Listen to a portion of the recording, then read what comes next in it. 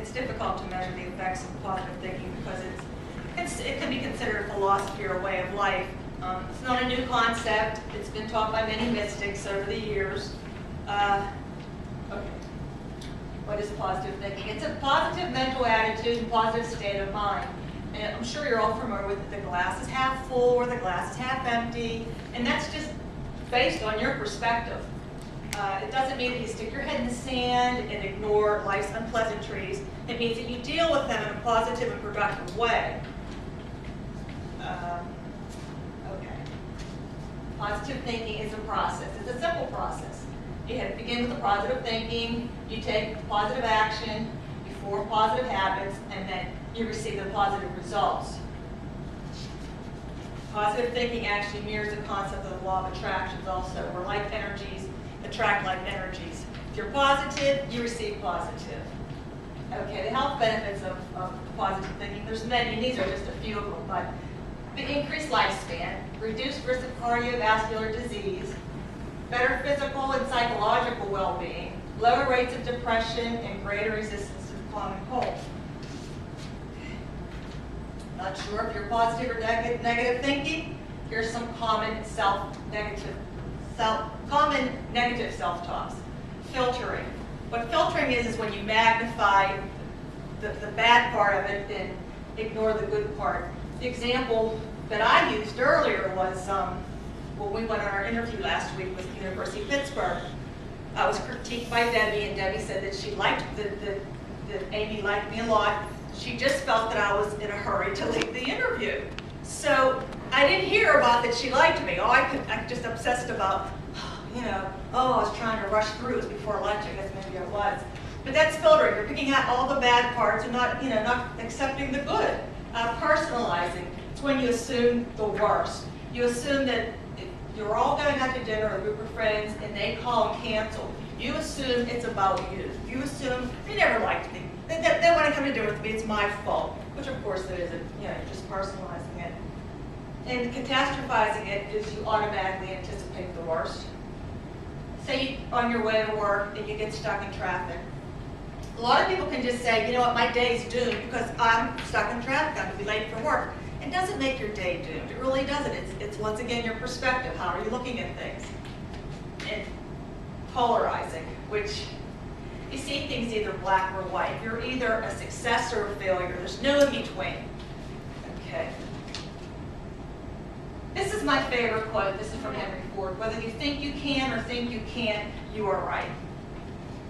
Okay. Then I'll go on to the physical, mental, and spiritual aspects. It's not just our brains. Research has shown that reaching upward releases happy, positive memories, and reaching downward releases unhappy, negative memories. I don't know if you guys remember when Val took our picture when she was on the second floor. We were on the first floor. She said, "Put your hands up." Maybe it was for us to smile. I don't know. Also, reclining tempers angry emotions. In Mary Ann's presentation, she had a psychiatrist and a patient. The patient was lying down. I'm not sure that's why, but it could very well be. Okay, humans and animals display power by dominance, standing in an expansive and nonverbal pose. One animal in particular I can think of that does this is the peacock. It spreads its wings. It's very proud. It stands very firm in its posture. And it also when you're in a power pose, it sparks a biochemical reaction in your body. It actually makes you feel stronger, taller, and have increased tolerance toward pain. It's proven that if you change your physical posture, it can improve your confidence and your performance as in interviewing or public speaking. Once again, it's the power of suggestion. The poses seem to be about you presenting yourself to others, but really it's just about yourself inside, how you feel confidently inside. It has nothing to do with the outside, even though it seems that way. And then I have some tools. These are the tools you can use to follow a healthy lifestyle. Surround yourself with positive people, which, we had discussed this. All the presentations were about self-help basically today, so we've heard some of these things over and over again. But, I have a friend who's not in this room, who's very negative, And when I start hanging out with her, I start picking up her negativity. It's just a fact. So I know that to be true. You know, to be humor, we discussed about humor, positive self-talk, visualization. Keith demonstrated visualization where you see something in your mind, your goal, and so what does this all mean? Do we all remember the little train that could? The underlying theme was this little train was in the train yard, and this boxcar needed to be pushed up the hill. None of the big trains wanted to push him up the hill. They didn't want to go on it. The little train says, I can do it. Well, they all scoffed at him because they thought he couldn't do it. He didn't have the power.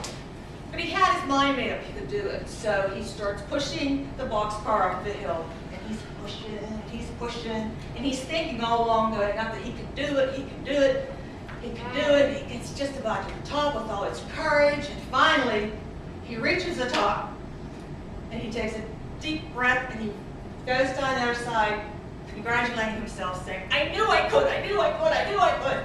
So the conclusion is, all that you can ever be or do must first be a possibility in the mind.